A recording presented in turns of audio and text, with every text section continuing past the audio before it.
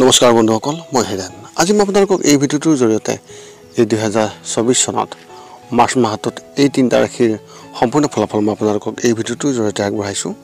প্ৰথমে মোৰ চেনেলটো আপোনালোকে ছাবস্ক্ৰাইব কৰি ল'ব, যাতে মোৰ পিছৰ ভিডিঅ'বিলাক আপোনালোকে সহজে লাভ কৰিব পাৰে।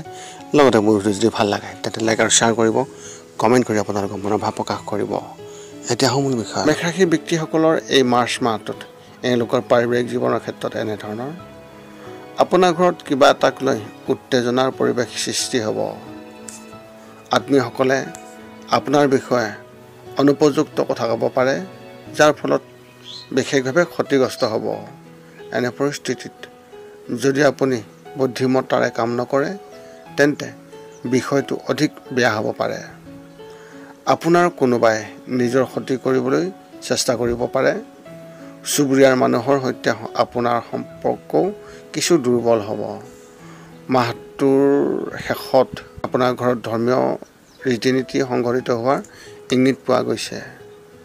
আপোনাৰ পৰিয়ালৰ কাৰোবাৰ তত্বাৱধানত এই অনুষ্ঠান আৰম্ভ হ'ব। ইয়াৰ বাবে সকলোৰে চকু আঁতৰাওক আৰু হনুমানৰ বিশেষ নৈতিক নৈবেদ্য আগবঢ়াওক। লগতে আপুনি হনুমান চালিচা কৰি আপুনি নিজকে শুদ্ধ কৰি ৰাখিবলৈ চেষ্টা কৰক।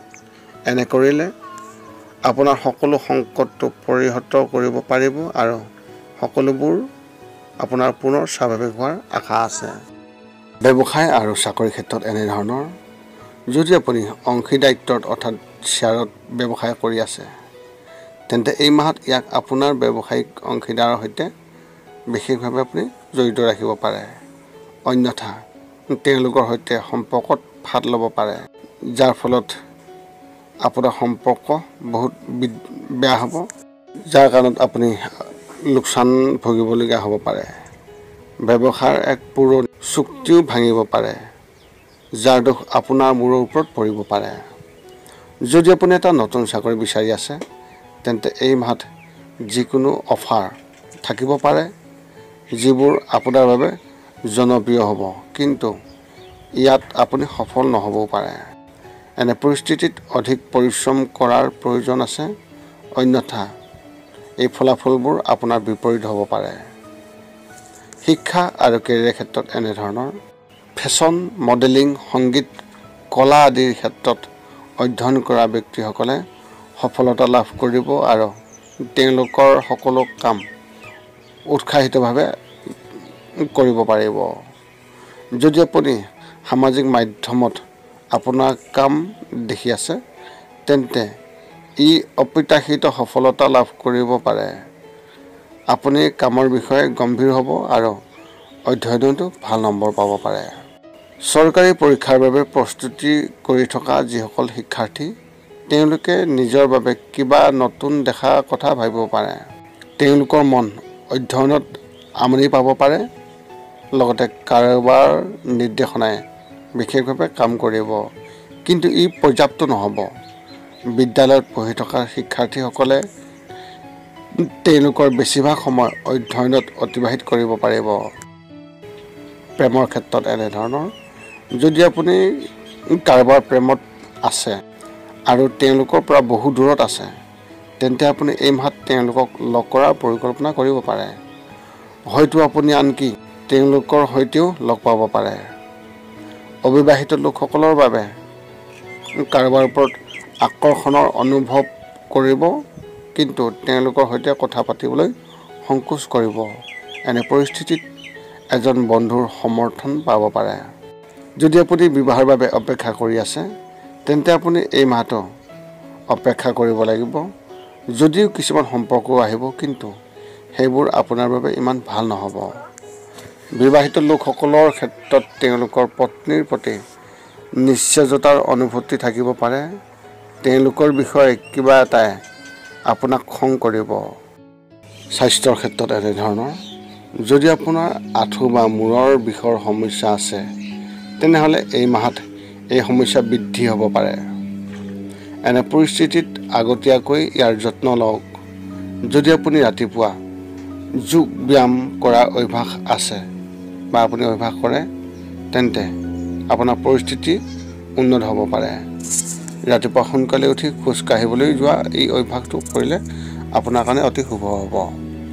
মাইগ্ৰেইনৰ সমস্যা মাহৰ ৪ৰ্থ সপ্তাহত হ'ব পাৰে। আপোনাৰ পৰিয়াল বা সম্পৰ্কৰ বিষয়ে চিন্তা থাকিব, যাৰ বাবে আপোনাৰ মনত অস্থিৰতা থাকিব পাৰে। আপোনাৰ কিবা এটা কাৰণত এই মানসিক সমস্যাই আপোনাক হতাশাৰ ৰূপে বিশেষ ৰূপ ল'ব পাৰে। সেইবাবে যদি আপুনি ইয়াক কাৰোবাৰ সৈতে ভাগ বতৰা কৰে, পৰিস্থিতি অধিক ভাল হ'ব। আপোনাৰ এই মাহত শুভ সংখ্যা হিচাপে 7 আৰু শুভ ৰং হিচাপে আপুনি মেৰুন ৰং ব্যৱহাৰ কৰিব পাৰে। বৃষ ৰাশি ব্যক্তিসকলৰ এই মাৰ্চ মাহটোত পাৰিবাৰিক জীৱনৰ ক্ষেত্ৰত এনেধৰণৰ এই মাহটোৱে পাৰিবাৰিক জীৱনৰ বাবে খুবেই ভাল লক্ষণ কঢ়িয়াই আনিছে। যদি আপোনাৰ কিছু সময়ৰ বাবে বিবাহ হৈ গৈছে বা আপোনাৰ বেছি দিন হোৱা নাই, তেন্তে এই মাহত আপুনি আপোনাৰ সংগীৰ পৰা এটা খুবেই ভাল খবৰ পাব পাৰে। এজন নতুন অতিথিয়ে আপোনাৰ ঘৰত টোকৰ মাৰিব পাৰে।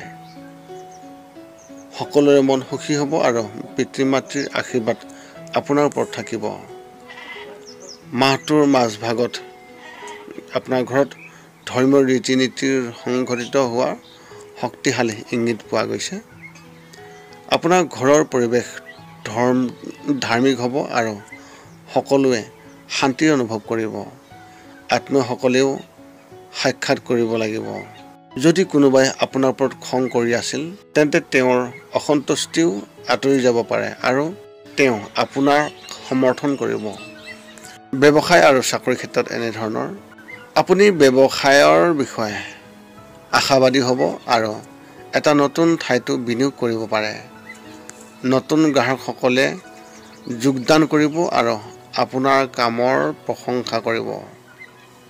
মাহটোৰ মাজভাগত গ্ৰাহক এজনে আপোনাৰ ওপৰত খং কৰিব পাৰে। এনে পৰিস্থিতিত তেওঁলোকৰ সৈতে জড়িত হোৱা পৰিহাৰ কৰক।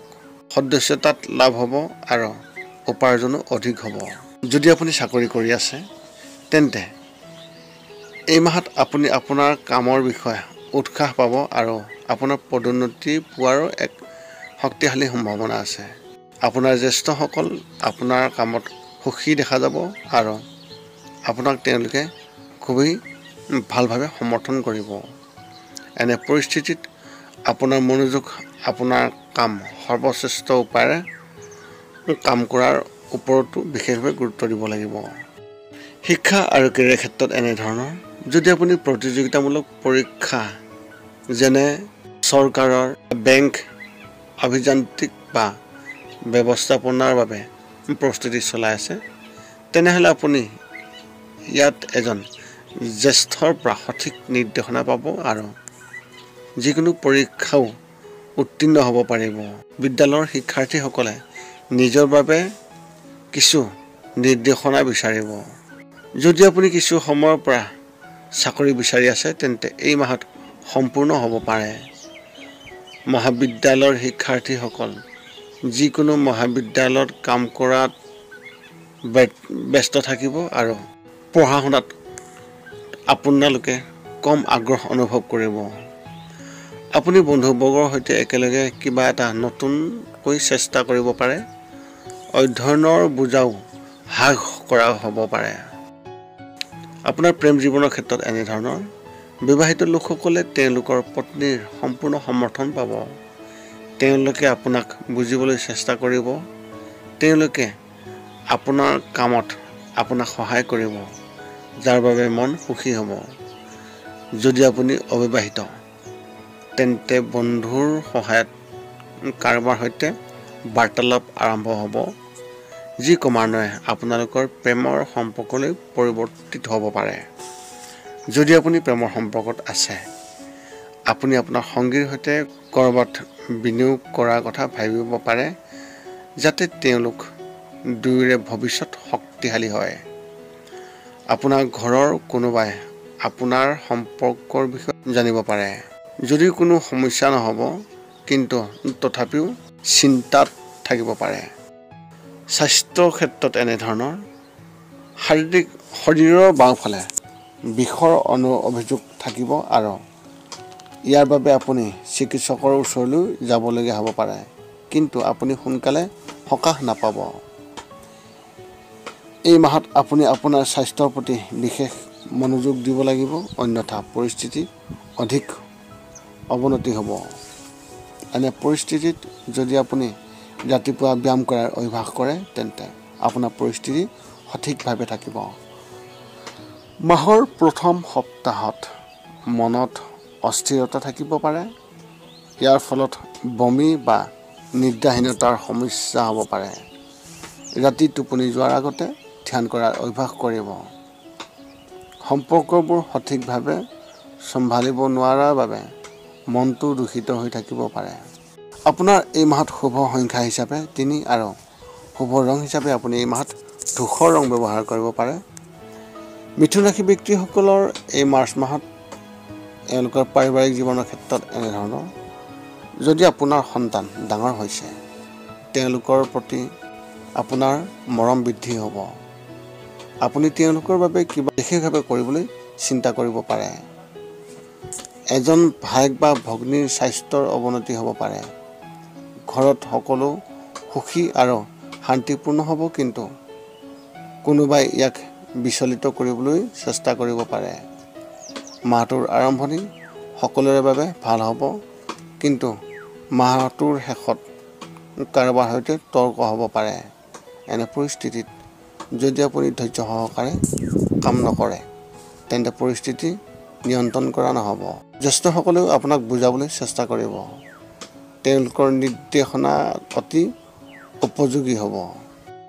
ব্যৱসায় আৰু চাকৰিৰ ক্ষেত্ৰত এনেধৰণৰ: আপুনি ব্যৱসায়িক ভ্ৰমণলৈ যাবলগীয়া হ'ব পাৰে, য'ত নতুন চুক্তি হ'ব।